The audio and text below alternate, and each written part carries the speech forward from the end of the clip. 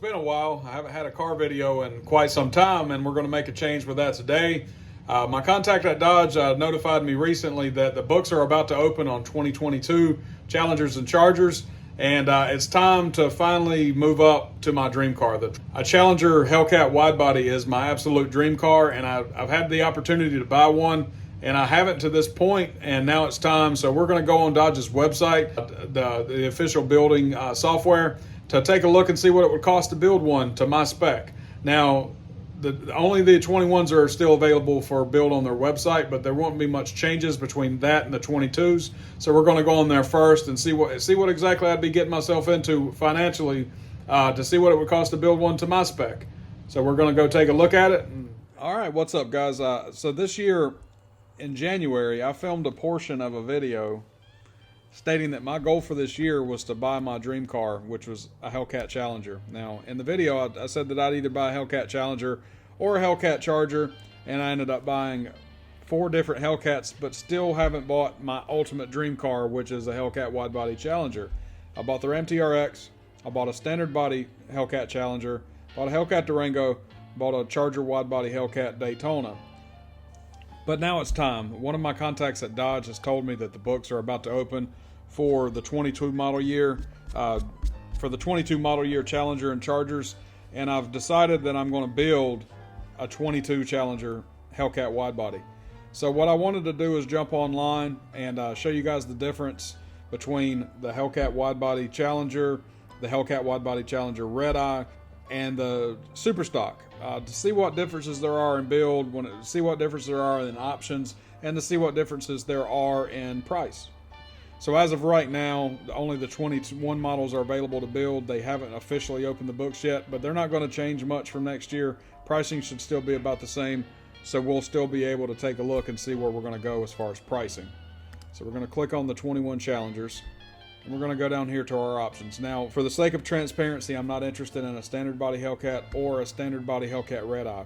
For the power that these cars put down, you need the wide body with the bigger tires. I wasn't a big fan of the handling on my standard body Hellcat when I had it. We did end up selling it, and so for the sake of that being said, we're going to take a look at the wide body Hellcat, the Redeye wide body Hellcat, and of course the Super Stock. So we're going to start with the standard Hellcat wide body. Alright, so without adding any options whatsoever, if you just chose a Hellcat wide body without any options at all, your net price is going to be around $68,000. After taxes, it's going to put you over 70, but you know, the net price of a standard Hellcat wide body is going to be 67 grand, and that's not bad for a car of this magnitude. Now, as far as colors go, I'm probably going to go black. If you're going to do a color change wrap, it's easier to start with black. That way your door jambs and everything else are always going to be black. If you do something like Go Mango Orange or a gold, your door jambs are always going to be that color, and if you go and wrap it later, your door jambs aren't going to necessarily match up with the exterior color of your car. But black goes with everything. So we're going to do black for the sake of this. Now, one of the things I like about any color Challenger or Charger for that matter is blacking out the hood. But I'm not going to pay them $2,000 to do that for me. I can have the hood wrapped for $400 or $500 here locally, so we're not going to choose that as an option. I'm definitely not going to pay them almost $4,000 to do the painted satin black graphics package, which is essentially they paint the hood, the roof, and the trunk lid satin black. So we're going to take that off. Don't need that option. Okay. The stripes, those are always an option, but you can do your own. You can go to any custom car shop and have graphics added for much cheaper than what Dodge's factory options are. So we're going to go ahead and go down. I don't want the hood pins. I don't care about that. I wish that these brass monkey wheels were available in black. I do like these wheels, but the only option they give you is bronze, and I don't like bronze wheels at all. So the wheels that I would most likely choose are these right here. These are the same wheels that I have on my Charger Hellcat widebody. They come out in this granite color. I would have those powder coated in the black, but I like those more than I like these wheels here. And I do like these wheels, and I had those wheels on my Daytona 392, but I like these wheels a lot better. These are among my favorite wheels I've seen on any of the Dodge products. The brake calipers come standard in red. I'd rather have red than any other color. You could go black, or you could go gunmetal gray or orange. I prefer red. We're just going to leave the tires the same. I can always get different tires later. I don't want to add too much to the package to pay Dodge when I can add stuff later. I do like the performance spoiler better than the standard spoiler. I guess let's see if we can. There we go. I like how the performance spoiler kind of leans off the back of the car, so we're going to go with the performance spoiler. Now, I don't want standard cloth seats. I like Laguna leather. I would prefer Laguna leather over the Alcantara. It's just much easier to keep clean. I don't want red in the seats. I prefer all black. Now, when it comes to the entertainment system, I've been told for the 2022 models, it's going to get the Uconnect 5 upgrade, which is great. I don't necessarily need to pay the $1,000 upgrade for the nav, because I use Waze on my Apple CarPlay, and the standard Uconnect display comes with Apple CarPlay. So we're going to use Waze or Google Maps off of the phone instead of having to have an independent nav. I have it in my Charger, and I have it in my Durango, and I never use the nav that's on board. I always use Apple CarPlay. The Harman Kardon audio group I love, so we're going to choose that. I always want to make sure we get the Harman Kardon. The sunroof is a must. I don't care about the red seat belts. Now our packages here. Because we did the Napa package, we're already going to have the plus group on this phone, on this car. So that comes with the memory seats, the premium stitch dash panel, the telescopic steering wheel, and the dark engine turn interior accents. Now, I don't want the Alcantara appearance package. I've got the Laguna leather package. I really don't care about the carbon suede interior package. It's $1,600 for that option. I really don't need that. That's just an appearance thing, and I can always add a suede headliner if I wanted to do that later. But I do want the technology package, and I don't want my rear seat deleted. I have kids. That does me no good whatsoever. Now, here's the big choice here. You're going to have to pay the gas guzzler tax no matter what. You can't take that off. But do you want to go with a 6-speed manual transmission, or you want to pay $3,000 upgrade for the TorqueFlite automatic transmission? In my opinion, the automatic is more practical, but the 6-speed manual transmission is more fun to drive, and it's cheaper. So we're going to leave the manual transmission right here. I don't care about the engine block heater. And as we get down to the bottom, net price is $79,020 to build. With all the options selected, you're looking at right around $80,000 to build a Hellcat wide body with your specs. Now, like I said, you could take off a lot of these options and have a base model built for around $68,000. This is the options that I chose, and my price would be $79,000. Now let's back up and go see the difference between this and the Redeye. Hellcat Redeye wide body. Now, as you'll see, for a base Hellcat Redeye wide body, you're already at $79,000, which is the same price as one optioned out, just for the extra, 80 some odd horsepower. Now, I know there are other performance upgrades on the Hellcat Redeye wide body. So, I'm not an expert on that, but I know there's more to it than just getting an extra 80 horsepower. But you're also paying an extra, $10,000 or so. So we're going to go through and we're going to choose the same options that I chose for my standard Hellcat wide body for the Redeye, and let's see where it takes us as far as price goes. Now, you got an extra set of wheel options here. There were only 3 options available on the standard Hellcat wide body.